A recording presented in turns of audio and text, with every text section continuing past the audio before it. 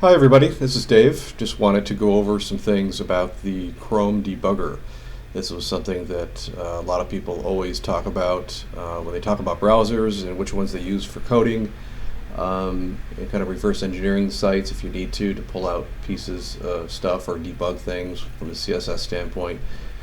I like Chrome. I've gotten used to the debugger here. Obviously you can use Firebug in Firefox, but I think a lot of this stuff within Chrome from a development standpoint is pretty amazing. So they've kind of all rolled it into the tool. So let's take a look real quick. Any element that you want to take a look at, the easiest way to get into the debugger is to just simply load the page. In this case, I've got a page loaded up here. You right click and say look for the inspect element menu item, click on that, and you'll see a whole section on the bottom half of your browser window open up, and in that is the debugger. Now you're in. Here it initially will show you a listing of all the HTML that is used to generate the page. This is all the stuff that's been downloaded to your machine, so all the stuff you're dealing with here is local. And when you run your cursor over the various pieces of HTML, it will highlight, as you can see above. And when you highlight something for you, you'll see above the little yellow box, it shows you the HTML elements that are up there and the pixel width and height. So it's kind of a little helpful tip there for you. Also, if you select an element, I'm going to go back up here and select that $99 option. It highlights it for me down here, and at the very bottom of the screen it will show you, this is kind of a long one here, so you're really way down on the page, but it will show you a full path all the way down from a CSS standpoint, both structurally with div tags and from different IDs all the way down to the piece I'm looking at. So if you're trying to debug CSS, this is a fantastic tool. I like it a lot. I've used it quite a bit. And also on the right hand side here, you've got this entire pane that shows you what's going on from a CSS standpoint. And I can change things in any way I want to. If I wanted to go up to, let's say, this whole block here, and if I go see if I can find color, I'll change that to red, see what it does. That didn't do much for me.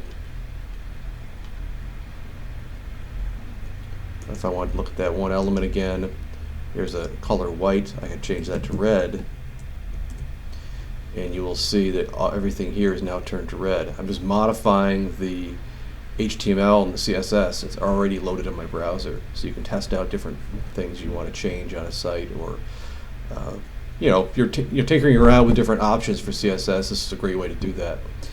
And also at the bottom here, if you scroll down, any element, it also shows you first it shows you the element itself from a height and width perspective, if it's there, padding, the border, and margin.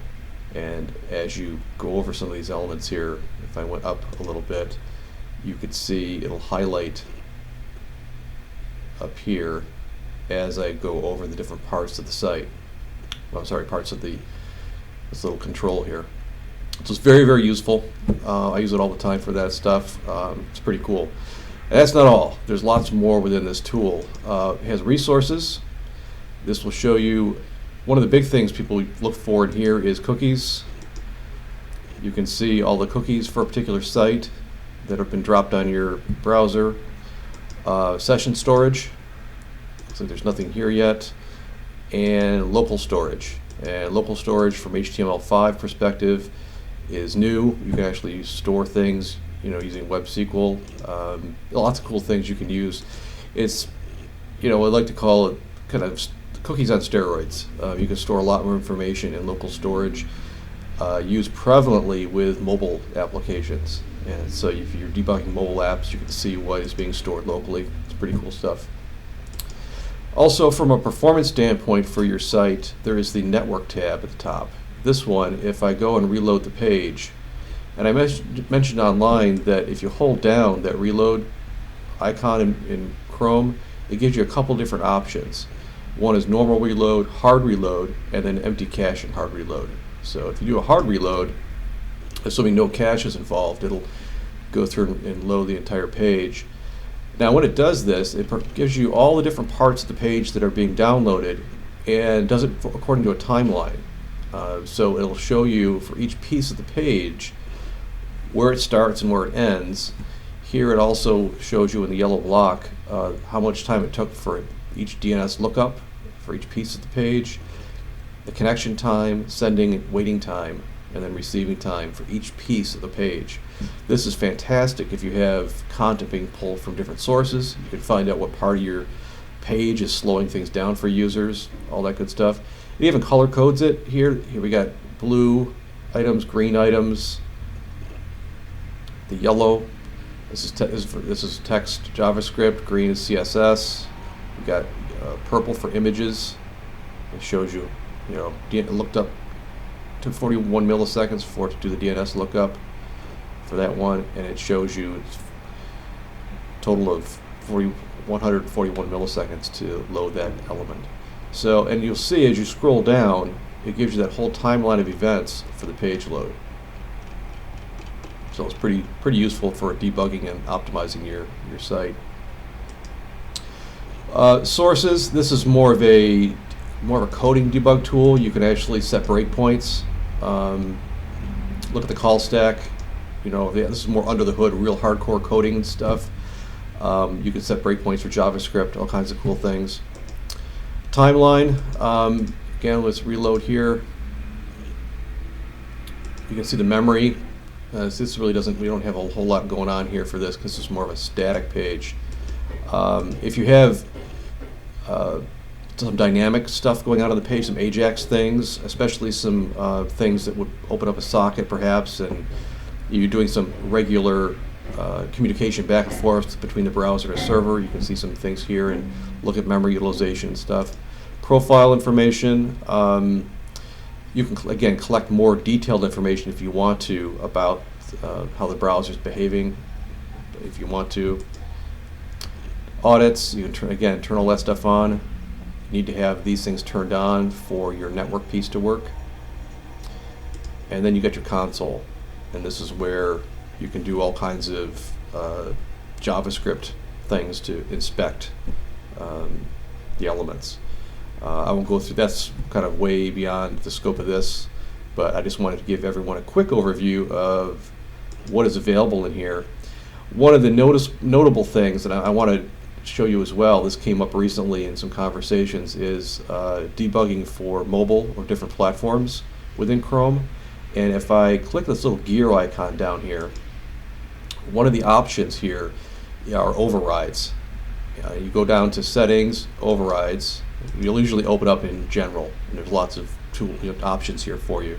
But if you go to overrides and click on enable, you can then select user agent. You can turn that on or off, but the user agent will allow you to essentially change your browser when it makes the request for a page and act like a different device. You can simulate Firefox, Chrome, iPhones, iPads, you name it.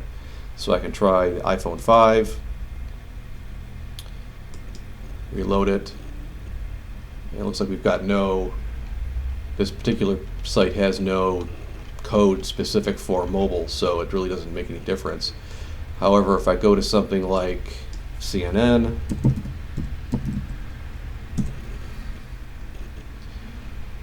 what I'm seeing here is the mobile version. I'll move my debugging screen down a little bit. I'm seeing the mobile version of the site. Now it's wide because of the size of the screen I have. I can narrow things up a little bit.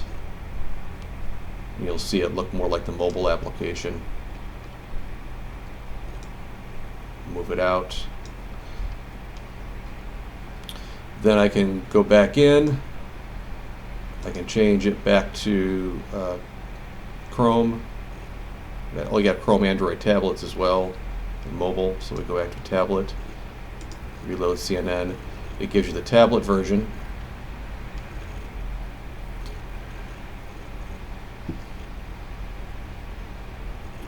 And then if I just turn off everything and do a hard reload, Now I'll get my normal Chrome version of that page. And you'll see all the console here as it loads CNN. There's lots and lots of, apparently it looks like lots of errors on the page. And there's blipping going on here, which indicates there's some traffic going on a regular basis.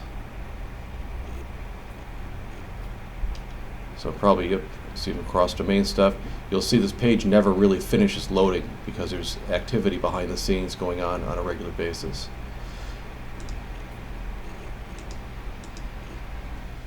Events being fired.